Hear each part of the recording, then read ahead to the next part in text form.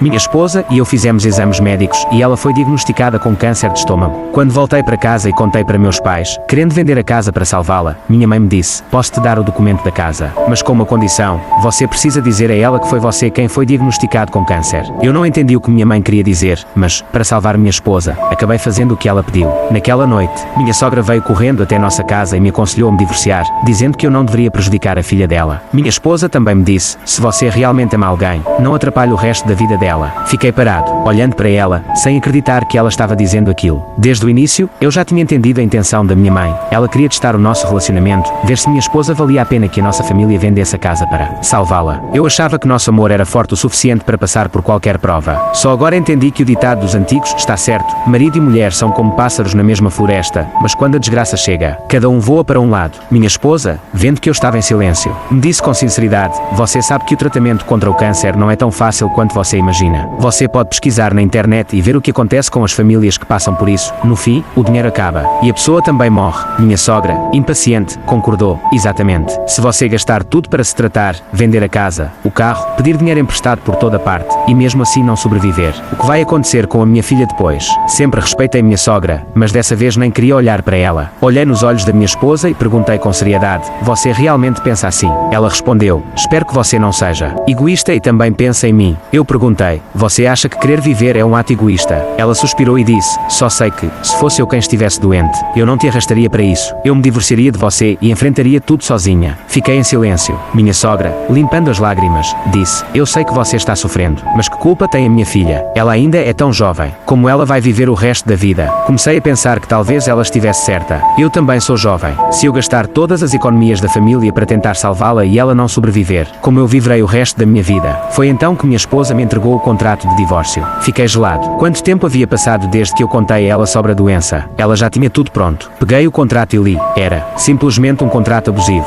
Depois do divórcio, metade do dinheiro em conta iria para ela e a casa seria dela também. Só me restaria um carro e, se ela soubesse dirigir, duvido que eu ficasse com ele. Ela disse: dá uma olhada aí. Se estiver tudo certo, assina. Aí a gente vai ao cartório. Eu perguntei: você acha isso justo? A casa foi comprada pela minha família, porque ela deveria ser sua depois do divórcio. Minha sogra interveio: você se lembra que, quando você quiser se casar com a minha filha, eu disse que precisava ter uma casa? Eu respondi: lembro-me, mas agora estamos nos divorciando. Ela disse, ansiosa: essa casa é a garantia da minha filha. Foi para que ela tivesse segurança caso algo acontecesse. Agora, você está doente e ela vai levar essa garantia. Não é justo. Fiquei chocado. Não imaginava que o garantia que elas falavam antes do casamento significava isso. O dote era garantia, a casa era garantia. Se eu traísse, ela levaria a garantia. Se eu ficasse doente, ela também levaria. Em qualquer risco, todos os benefícios eram delas. E eu, o que eu ficava com raiva, disse: impossível. Não vou dar a casa para vocês. Estou doente, mas não sou o culpado, porque deveria ceder. Minha esposa me olhou com tristeza e disse: você não quer me dar nem o último presente. No passado, quando ela me olhava assim, eu sentia pena, mas agora senti um arrepio. Presente. Roubar a casa de alguém que está doente e chamar isso de presente. Minha sogra, vendo que eu estava firme, suavizou a voz: escuta, a casa vai para a minha filha não só por nós. Se você vier a falecer, quem vai cuidar dos seus pais?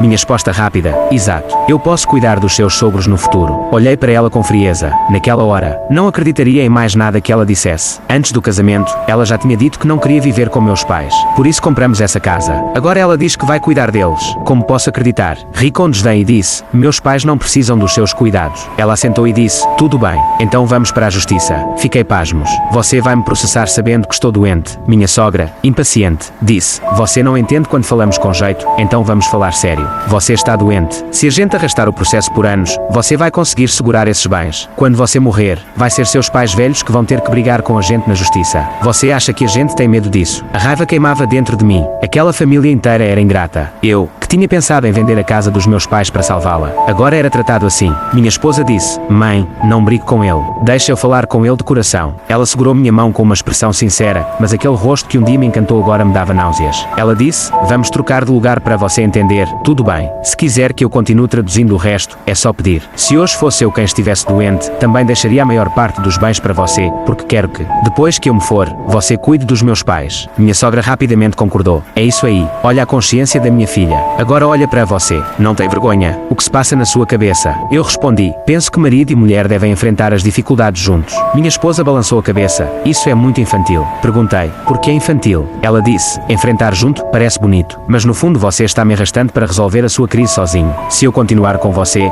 vou gastar minha juventude, minhas economias, envelhecer e acabar sem nada. Quando você se for levemente, ficarei aqui pobre e desgastada. É isso que você quer. Cada palavra dela era como uma facada. Quando soube que ela estava doente, pensei em gastar tudo para curá-la. Nunca imaginei que, se fosse eu o doente, a primeira reação dela fosse me considerar um fardo. Suspirei e disse, triste, como pode um cônjuge ser um fardo? Prometemos que nem pobreza nem doença nos separariam. Ela negou com a cabeça, você simplifica demais. Deixa eu te mostrar o que aconteceria se não nos divorciássemos. No começo eu ficaria ao seu lado, faria o tratamento, mas quando as economias acabassem e as dívidas chegassem, quando tivéssemos que vender casa e carro, você acha que nossa vida seria suportável? Fiquei calado e comecei a imaginar a cena. Ela continuou, depois você nem conseguiria andar. Teria que te carregar ao hospital, sem carro, sob chuva ou vento. Eu te carregaria no ônibus, talvez limpasse suas fezes e urina. Dia após dia, você não se sentiria culpado. Insiste, há chance de cura. Se superarmos isso, talvez a vida melhore. Ela retrucou, porque devo arriscar o resto da minha vida numa possibilidade. Aquela frase gelou meu coração. Se ganharmos, tudo bem, mas se perdermos, perco a minha vida. Você fala em lado a lado, mas é puro egoísmo. Quer que eu pague a conta? Ela começou a chorar. Eu também sou gente. Antes de querer sobreviver, porque não pensa que eu só quero uma vida normal e feliz. A sogra lhe deu lenços, afagando-a. Ele só pensa em si mesmo, não na sua dor. A chorada aumentou, porque devo apostar décadas de vida na chance dele. Se me ama,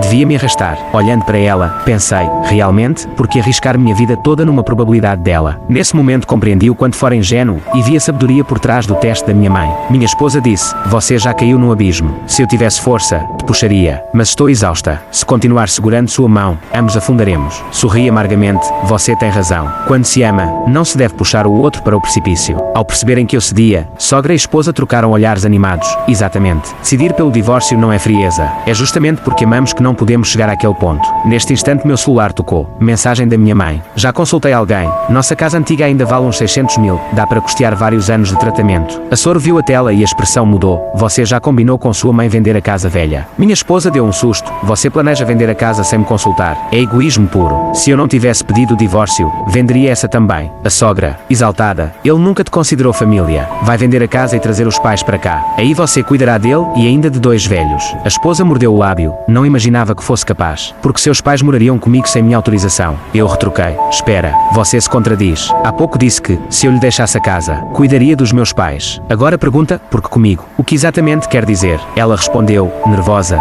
Daqui a uns 15 anos, quando eu tiver uma carreira consolidada, tudo bem. Agora, no auge da minha vida profissional, receber seus pais em casa seria-me sabotar. A sogra emendou. Proíbo vender essa casa. Se você vendê-la agora, onde minha filha morará depois? Seus pais, sem teto, se apoiarão nela para sempre. Sorri amargamente e disse, realmente nunca imaginei que, para vender a casa velha, que pertence aos meus pais, eles precisariam da aprovação de vocês. A sogra, com voz de juíza, rebateu. Você não só arrasta sua esposa como também seus pais. Falta-lhe responsabilidade. Eu deixo claro agora, a casa antiga da sua família não será vendida. Se colocarem placas de vende-se, eu vou lá todos os dias criar confusão até ninguém ousar comprar. Entendi tudo. Se hoje fosse eu o doente, elas levariam o meu apartamento e metade das economias e ainda proibiriam meus pais de vender a casa deles, com medo de que, sem teto, viéssemos morar com ela. Minha esposa olhou para mim decepcionada. Porque você se transformou nisso. Eu cuidarei dos seus pais, mas não agora. Estou em ascensão. Se você me arrastar agora, como poderei ajudar sua família no futuro? Sorri. Irônico. Ou seja, posso gastar a minha metade do dinheiro, mas não posso pedir aos meus pais que vendam o deles para me salvar. Ela, séria, não torça as palavras. Quero apenas que pense em mim e nos seus pais também. Estava arrependida. Agora vejo que o divórcio é certo. Você é egoísta. Nesse ponto me senti um perfeito idiota. Se minha mãe não me tivesse pedido para mentir, teria entregue cada centavo a essa mulher. Suspirei. Tudo bem. Quer divórcio? Então vamos divórcio. Elas se entreolharam, surpresas com minha rapidez. Espero que não me culpe, falou ela. Se estivesse no meu lugar, faria o mesmo. São todas palavras sinceras? Perguntei. Cada uma. Se houver mentira, que eu seja castigada. Ri sem graça. Peguei a caneta e raspei o nome dela no contrato, colocando o meu no lugar da ex-mulher. O sorriso dela congelou. O que está fazendo? Lembrei-me de todos os anos juntos e resolvi dar-lhe uma última chance. Você teme ser arrastada. Então devolve tudo o que é seu. Legalmente, metade dos bens é seu. O meu salário é maior, até lucrou. Segurei sua mão. Estou doente e quero viver. Deixe-me vender o que é meu para me tratar. Se já me amou, não me tire a esperança,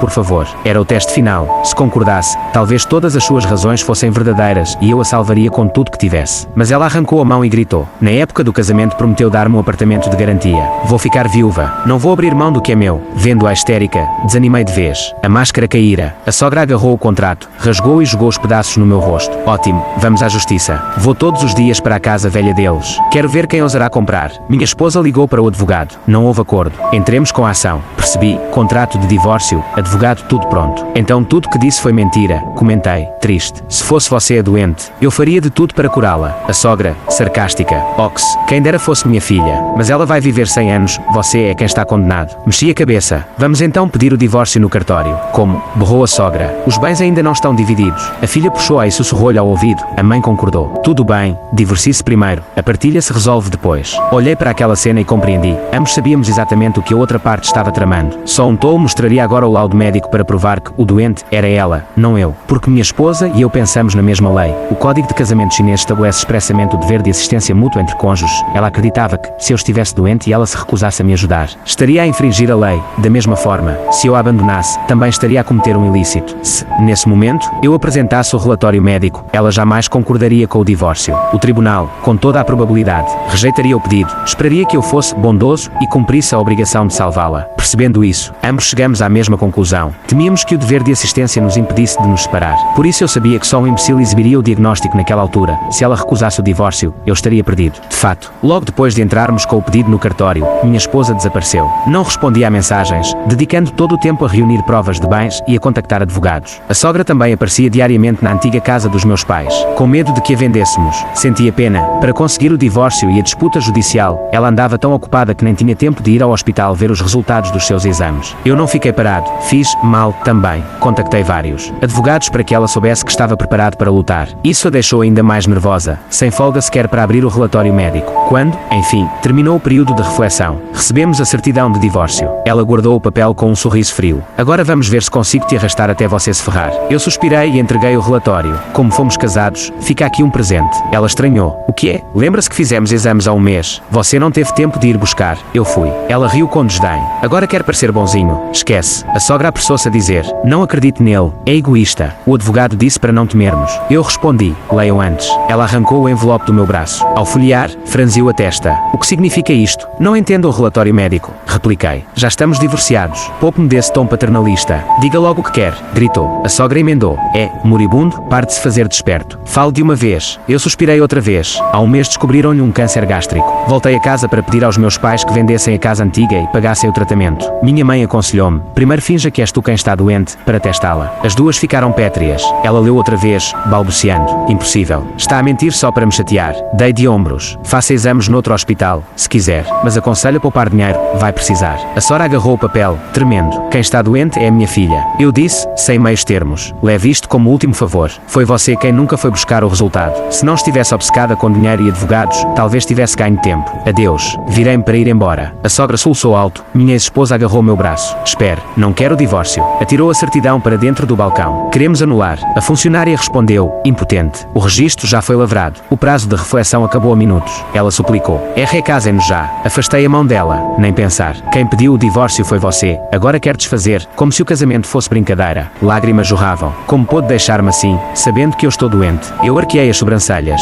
Recorda-se das suas próprias palavras. Se está doente, divorcia-se, não se arrasta o outro. Ela choramingou. Mas agora é diferente. Revirei os olhos. Não vi diferença nenhuma. Virei-me outra vez. Ela agarrou-me outra vez, desesperada. Não pode ir. Vamos casar agora mesmo. Nós dois, já amamos tão intensamente, como podes, na minha hora mais difícil. Abandonar-me e partir. A minha sogra também disse, emocionada. Sim, a minha filha te amava tanto. E quem disse que o cancro não pode ser curado? O cancro também tem uma certa probabilidade de ser curado. Eu ri friamente e disse, com base em que? É que eu devo arriscar o resto da minha vida por uma probabilidade tua. A minha esposa, exasperada, disse, se fores embora hoje, vamos processar-te, vamos lutar contigo até ao fim. Eu encolhi os ombros, indiferente, e disse, tudo bem, podem processar-me à vontade, vejam quantos anos conseguem arrastar. Quando estiveres morta da tua doença, eu processo os teus pais. Por favor, não te vá. A minha esposa, em desespero, ajoelhou-se mesmo à minha frente, agarrou a minha mão e disse, com um ar patético, fui eu que não fui madura antes. Por favor, pelo amor que um dia nos uniu, não me abandones quando mais preciso de ti. Olhei para a expressão patética dela e senti, mais uma vez, um arrepio na espinha. Disse, no início, quando soube que estavas doente, fiz de tudo para te salvar. Mas foste tu e a tua mãe que disseram que, se estivesses doente, não ias arrastar o teu parceiro para baixo. Ainda foste à casa dos meus pais criar problemas. Não me deixaste vender a casa antiga. Tudo isto não era o resultado que vocês queriam. A minha esposa, com lágrimas nos olhos, olhos e a tremer, disse: é diferente, a situação era diferente na altura. Eu disse, seriamente: por favor, cumpra a tua promessa.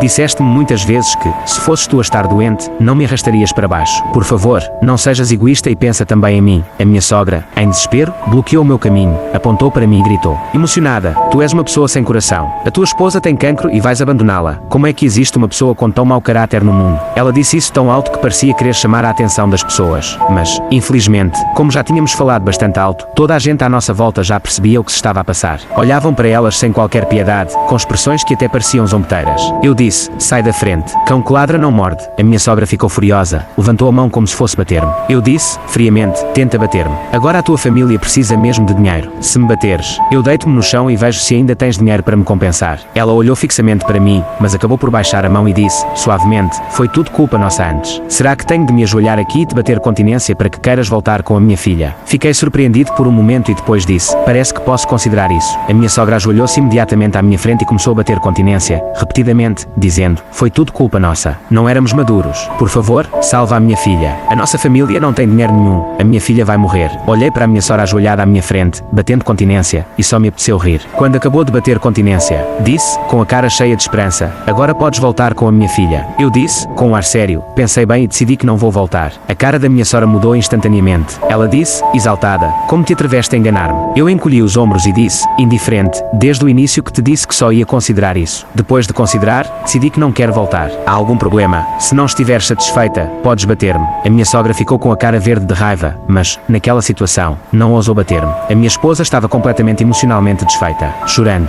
disse: tens mesmo de tratar a minha família assim. Sabes que estou a morrer e ainda assim humilhas-me a mim e à minha mãe. Eu disse: só estou a humilhar-te. Mas quando pensaste que eu estava a morrer, querias mesmo acabar comigo? Ela chorou e disse: não queria acabar contigo. Na altura, só pensava que pelo menos um de nós tinha de continuar a viver bem. Acenei com a cabeça e disse: concordo plenamente. Por isso é que agora quero viver bem. Parabéns por me teres convencido. Fui mesmo um idiota quando pensei em te salvar. A minha sogra gritou, furiosa: sabes que a tua esposa tem cancro e não disseste nada. Isso é ilegal. Eu disse: vais com todo o gosto à polícia queixar-te de mim. Ela própria não mostrou o relatório médico. Isso não tem nada a ver comigo. Depois de dizer isto, virei-me e fui-me embora, deixando a minha esposa e a minha sogra paradas ali, boquiabertas. Mas a história não acabou aí. Subestimei a cara de pau delas. Depois de saberem que eu não ia voltar, começaram a fazer birra. Primeiro, vieram chorar à minha porta, para os meus vizinhos. Depois, foram à minha empresa, com faixas, a acusar-me de ter abandonado a minha esposa com cancro, como se quisessem destruir a minha reputação. A empresa chamou-me para uma conversa. Depois de saberem toda a situação, sentiram pena de mim. O meu chefe veio ter comigo e disse que me ia transferir para uma filial noutra cidade. Aconselhou-me ainda a vender a casa, para não ficar envolvido com esse tipo de pessoas. Pensei que o meu chefe tinha razão. Agora, aquelas duas tinham virado loucas. Se um dia descobrissem que não tinham cura e viessem atrás de mim com uma faca, quem se ia lixar era eu. A nossa empresa foi mesmo porreira e arranjou-me um emprego na filial noutra cidade. Publicamente, anunciaram que eu tinha sido despedido. Levei os meus pais e fugimos desse problema. Não contámos a ninguém o nosso novo endereço. Tanto a casa nova como a antiga foram postas à venda. Quando se depara com este tipo de situação, o melhor é mesmo fugir o mais longe possível. Não vale a pena envolver-se com gente doida. No entanto, a minha esposa não desistiu de me processar. Mas este tipo de disputa civil é sempre muito lenta. Quando chegou o dia do tribunal, finalmente a vi. Estava magra como um pau, sentada no banco das partes, chorando e acusando perante o juiz. Quando mais precisava de ajuda, ele abandonou-me. Só peço que o tribunal me dê justiça, ou declara o divórcio nulo, ou dá-me a casa. Sou apenas uma mulher que quer viver. Chorava desesperadamente, mas eu já tinha preparado as provas. Pus a funcionar as gravações das câmaras de casa. O juiz foi vendo e, franzindo o sobrolho, perguntou-lhe: o divórcio foi pedido por ti, quando pensaste que ele estava doente, não foi? Ela chorou: é diferente. Ele é homem e ganha mais. Eu, uma rapariga simples, não conseguiria cuidar dele nem pagar os tratamentos. O divórcio parecia a melhor escolha. O juiz: e agora, porque é que achas que ele não pode divorciar-se só porque estás doente? Já disse, ele ganha mais. Devia-me sustentar. Estou a morrer. Mesmo que tenha errado, não mereço morrer por isso. Sou só uma rapariga assustada. Peço uma segunda chance. O juiz, sem emoção: também sou mulher, mas não partilho o teu raciocínio. Sentença: o imóvel é meu, comprado antes do casamento. Ela não tem direito. Os bens adquiridos depois do casamento partem-se ao meio. Por humanidade, devo pagar-lhe 50 mil yuan. Perder 50 mil é melhor que perder a casa. Ela ainda chorou: não aceito. Vou recorrer. Eu: calmo. Que coincidência. Também vou. A minha sogra, histérica: a casa já é tua, porque recorres? Encolhi os ombros. Foi vocês que me deram a ideia. Recorro quantas vezes quiser. Arrasto até ela morrer. Aí a indenização humanitária deixa de ser 50 mil. O funeral custa uns poucos milhares. Ela esmiou: monstro, monstro. Quando pensei que ela estivesse doente, queria vender tudo para a salvar. Descobri que não era minha companheira, mas a minha inimiga. E a um inimigo não devo piedade. O juiz perguntou se queria interpor recurso. Sorri e abanei a cabeça. O prazo ainda não acabara. Entrego no último dia. A minha tática é uma só: arrastar. Exatamente o que elas planejavam fazer comigo. Ela não resistiu ao próximo tribunal. Sem dinheiro, sem tempo, a doença acelerou. Quando soube que tinha morrido, suspirei. Ainda assim, tivemos um amor ardente, mas eu estava cego. Deixo aqui o aviso: tratem-se bem. Não se sacrifiquem até ao fim pensando que é romântico. O outro pode não merecer. Há homens que, por melhor que seja a esposa, trocam-na por uma mais nova. Há mulheres que, por melhor que seja o marido, lhe põem as chifres. Não estou a pregar em medo ao casamento, só a dizer: quando derem tudo, guardem uma saída para vocês mesmos.